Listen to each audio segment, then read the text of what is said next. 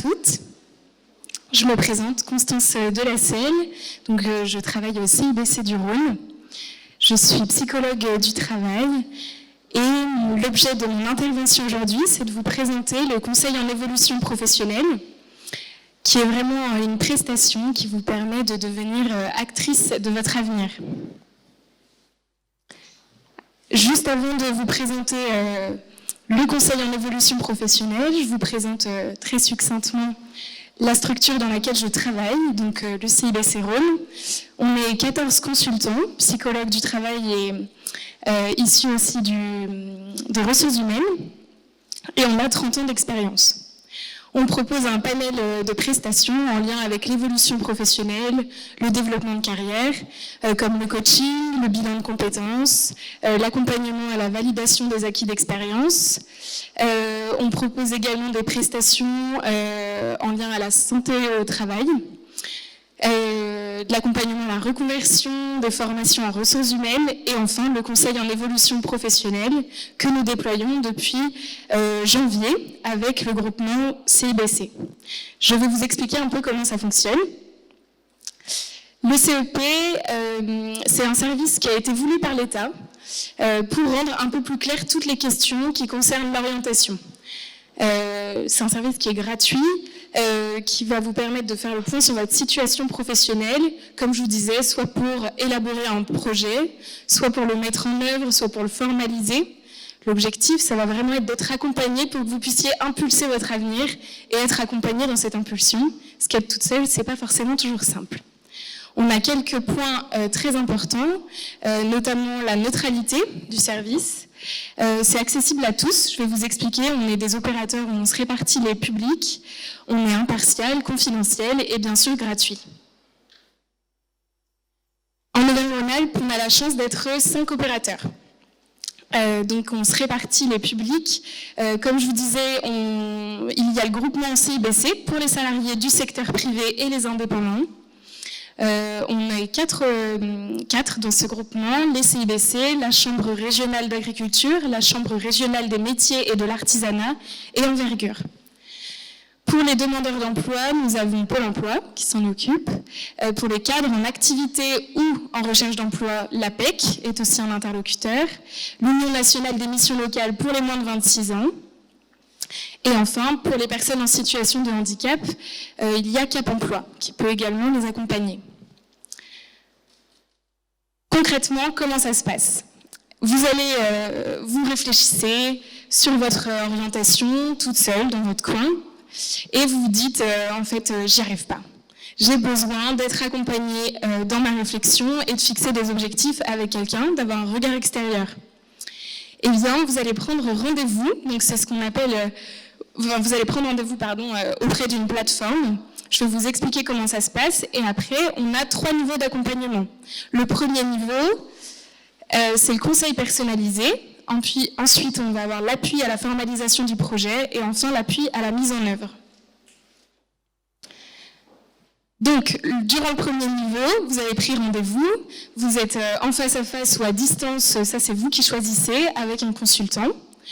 On vous accueille, on fait connaissance, vous nous expliquez votre situation, on va essayer de démêler le paquet de nœuds que vous nous expliquez et on fixe des premiers objectifs pour qu'on puisse impulser le changement. Et ensuite, on va passer au deuxième niveau d'accompagnement, donc l'appui à la formalisation de votre projet. Là, ça va être en fonction de votre situation, en fonction de vos besoins, de ce que vous nous présentez. Soit, par exemple, vous avez envie de devenir agent commercial en immobilier, mais vous ne savez pas trop si être indépendante, c'est vraiment fait pour vous, vous ne savez pas s'il faut faire une formation, combien on gagne à peu près, est-ce que la prospection commerciale, c'est vraiment quelque chose de difficile. Donc, on peut vous accompagner pour faire des enquêtes métiers. Ou alors, vous avez envie de vous former. Vous êtes depuis longtemps, par exemple, assistante comptable sur ce poste. Vous sentez que vous n'êtes plus à jour sur le logiciel. Vous avez peut-être envie de changer de travail, changer d'entreprise. Donc, ça peut être de solliciter un conseil en évolution professionnelle pour regarder les formations. Ou alors, vous avez l'idée d'un projet. Vous voulez Par exemple, vous lancez en tant qu'esthéticienne à domicile. Vous ne savez pas trop comment mettre en œuvre ce projet, eh bien, on va vous accompagner dans la mise en œuvre de ce projet. Est-ce que c'est vraiment une idée viable? Est-ce que vous allez pouvoir vous en sortir? On va vous orienter vers des prestataires qui vont vous accompagner dans l'étude de marché, le prévisionnel financier. Et enfin, on peut aussi vous accompagner dans la validation des acquis d'expérience. Par exemple, j'accompagne en ce moment une graphiste qui a appris sur le terrain, qui a tout appris toute seule, et elle se dit aujourd'hui j'ai peut-être envie de changer d'entreprise. Donc on va ensemble travailler sur ses compétences, quel est le diplôme le plus adapté, pour ensuite poser du coup une demande de validation des acquis d'expérience. Et enfin, beaucoup des demandes consistent au financement des projets. Je veux me former, j'ai ciblé une formation qui me plaît, mais je ne sais pas comment faire. Comment garantir la sécurité financière par rapport à ma vie de famille, comment je fais pour m'absenter de mon travail et avoir un salaire. Donc, toutes ces questions, le conseil en évolution professionnelle peut vous y répondre, et ça sur une durée que vous allez ensuite déterminer avec le consultant. Donc, dans le deuxième niveau, on est limité à 4 heures d'accompagnement, mais en 4 heures, on peut déjà faire beaucoup de choses. On vous partage beaucoup d'outils qui vous aident, et l'objectif, c'est d'être en lien avec quelqu'un qui a vraiment cette prise de recul sur votre situation. Et enfin, le dernier niveau d'accompagnement, l'appui à la mise en œuvre, l'objectif c'est de garder contact. Vraiment, c'est de nous tenir au courant de vos avancées, ça peut être sur des thématiques très concrètes, comme l'inscription à Pôle emploi, refaire son CV et sa lettre de motivation pour engager la mobilité professionnelle après s'être formé, ce genre de choses. Donc, vous voyez, c'est très complet, on vous accompagne du début jusqu'à la fin, et tout ça c'est gratuit, donc c'est quand même plutôt sympathique. Je me permets de faire un petit zoom sur un nouveau dispositif qui a été mis en place par l'État également, qui s'appelle le dispositif démissionnaire. Vous savez, aujourd'hui, quand on souhaite démissionner de son emploi, on n'a pas le droit à toucher les indemnités Pôle emploi. Et quand son entreprise ne veut pas faire de rupture conventionnelle, c'est vrai que c'est pas simple d'en partir et du coup de ne pas avoir d'aide pendant 4 mois, la période de carence. L'État a donc mis en place ce dispositif qui vous permet de monter un dossier quand vous avez un projet de création d'entreprise ou de reconversion nécessitant le passage par une formation, de constituer un dossier qui va passer en commission.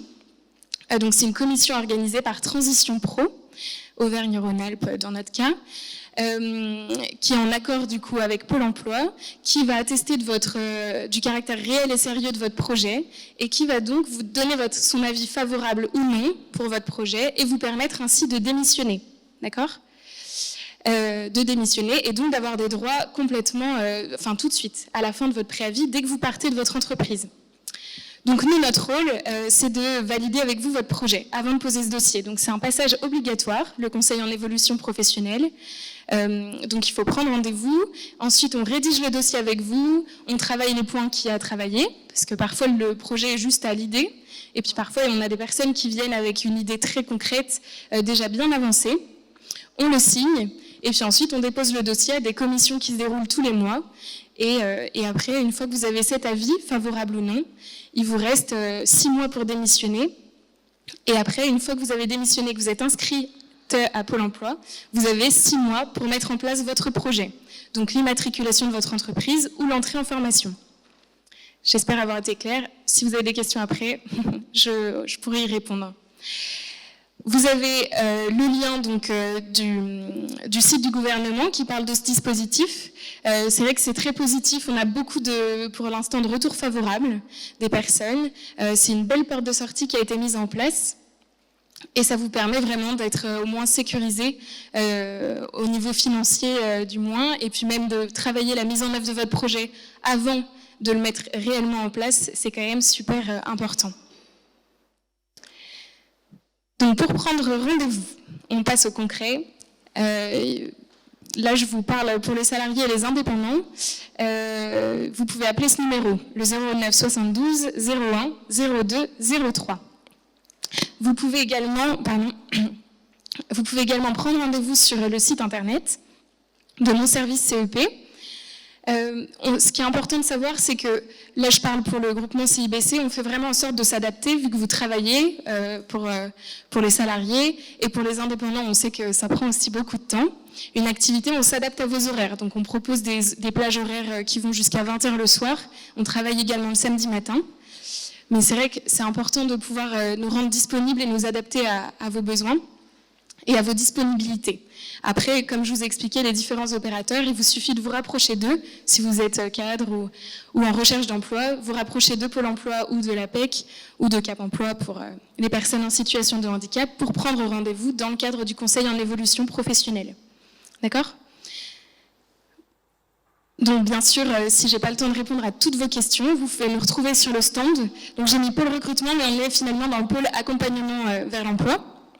Et donc, je serai avec une de mes collègues et on se fera un plaisir de vous accueillir. Merci beaucoup.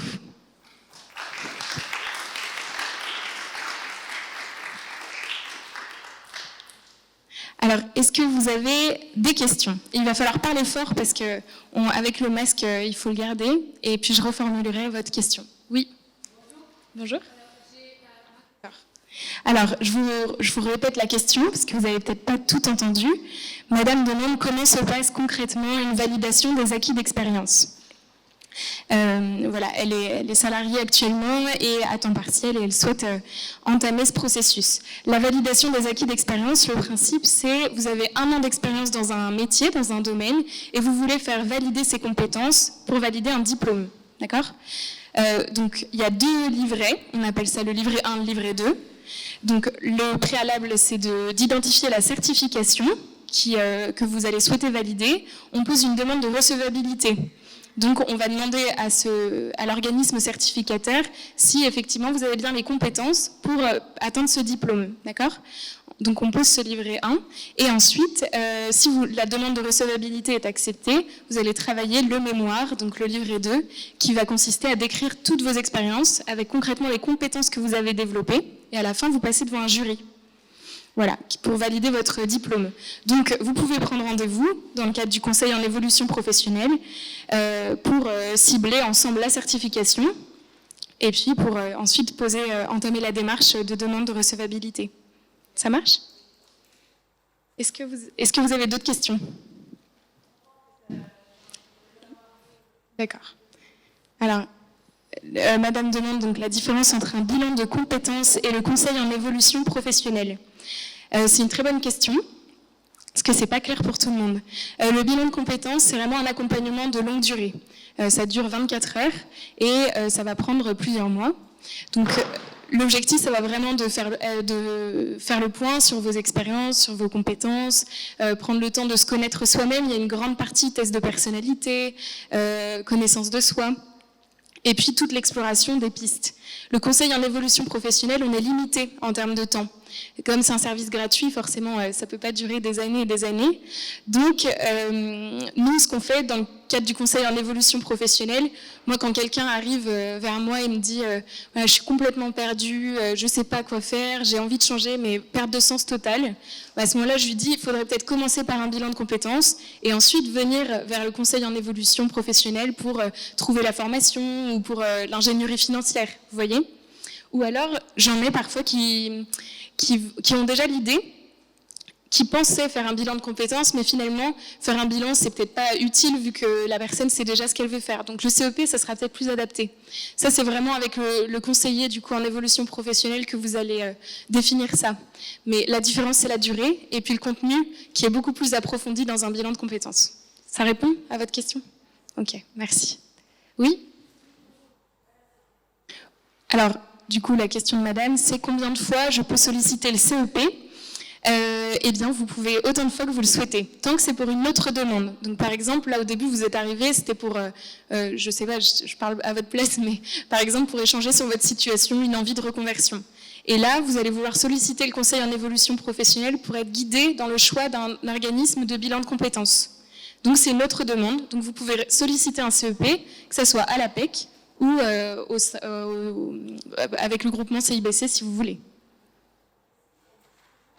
Oui, Tout à fait. Alors, la question de madame, c'est le FONGECIF, dont elle a bénéficié du coup d'un congé individuel, c'est ça, de formation. Vous avez bénéficié d'un CIF? Ah, il n'a pas été accepté. Donc, madame a posé un dossier CIF qui n'a pas été accepté à l'époque et elle souhaite savoir si dans le cadre du CEP, on peut être accompagné pour poser un dossier. Donc, à savoir que le FONGECIF, ils ont changé de nom, il s'appelle Transition Pro depuis janvier dernier. Donc, c'est eux dont je vous parlais tout à l'heure pour le dispositif démissionnaire. Transition Pro, le CIF a également changé de nom, du coup, et il s'appelle le CPF PTP, Projet de Transition Professionnelle. Le but, c'est vous avez une autorisation d'absence de votre employeur pour suivre une formation avec un maintien de salaire et le coût de la formation pris en charge. Ça peut être aussi sur des formations hors temps de travail, et donc là, vous demandez juste un financement de formation. Transition Pro, donc nous bien sûr on accompagne dans l'élaboration de ce dossier-là, on vous aide justement dans la rédaction, dans la rédaction du dossier, oui, et puis dans la mise en œuvre du projet. Si par exemple le dossier est refusé auprès de Transition Pro, on vous aide à faire la demande de recours aussi. Mais c'est sûr, oui, on vous accompagne vraiment dans cette partie-là, et je pense que c'est 50% de mon travail aujourd'hui. Ok. Donc, madame demande si toute personne de tout statut peut solliciter le CEP. Donc, vous faites bien de me demander parce que effectivement, j'en ai un peu parlé. Donc oui, la réponse c'est quel que soit le statut. C'est juste l'opérateur qui va changer. Donc c'est ce que je disais, le groupement CIBC, donc avec la Chambre des métiers, Chambre d'agriculture Envergure, on s'occupe des salariés du secteur privé et des indépendants. Après, pour les autres statuts, demandeur d'emploi, ce sera Pôle emploi. C'est vraiment un service particulier de Pôle emploi. Il y a l'APEC pour les cadres, salariés ou en recherche d'emploi, et Cap emploi pour les personnes en situation de handicap, et les missions locales pour les jeunes de moins de 26 ans. Ça répond à votre question? Oui. Alors la question de madame, c'est je suis inscrite à Pôle emploi, j'ai un projet de création d'entreprise, est-ce que je peux être accompagnée par le CIBC? Donc non, vous ne pourrez pas pour l'instant. Dans un an, oui. Si vous avez besoin de vous former, par exemple, en tant qu'indépendante, pour l'instant, c'est Pôle emploi. N'hésitez pas à leur demander, du coup, des prestations en lien avec la création d'entreprise pour vous accompagner dans la mise en œuvre de ce projet. Et même, il y a pas mal d'associations qui sont d'ailleurs présentes au salon, que vous pouvez aller voir pour être accompagné, justement, là-dedans. Oui. Alors, la question de madame, c'est comment ça s'articule entre les partenaires et nous. Quand vous parlez de partenaires, c'est l'APEC, etc. D'accord, c'est les autres opérateurs. Donc, oui, en soi, si vous appelez la plateforme pour laquelle je vous ai donné le numéro et le site internet, on vous demande votre situation. On vous pose un panel de questions. Si vous êtes demandeuse d'emploi, on va vous dire « Ah non, il faut contacter Pôle emploi ». Idem pour quand vous allez chez Pôle emploi et que vous dites je suis salarié et je souhaite mobiliser le dispositif démissionnaire, il vous renvoie vers nous. Vous voyez, on est en lien, bien sûr, on fait des partenariats. Oui.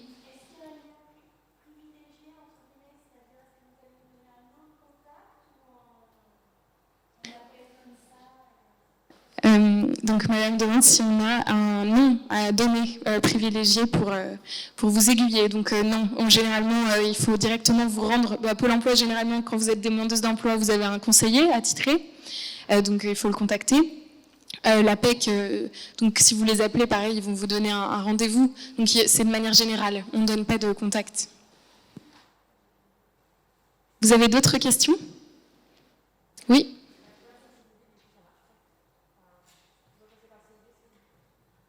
Alors, pardon, j'ai pas bien entendu. Oui. Dans la fonction publique, ça y est, c'est arrivé. Donc pour la fonction publique, la question, pardon, j'ai oublié de la reformuler. Est-ce que pour la fonction publique, on doit passer par le CIBC? Donc par le groupement CIBC, hein, donc on est plusieurs au sein du groupement. La fonction publique, ils ont leur propre conseiller en évolution professionnelle. Donc il faut vous rapprocher de votre service ressources humaines ou de votre référent, votre responsable au-dessus de vous. Mais du coup, ils ont leur propre service, oui. Tout bon? Eh bien, merci à toutes pour votre attention et n'hésitez pas à venir nous voir sur notre stand.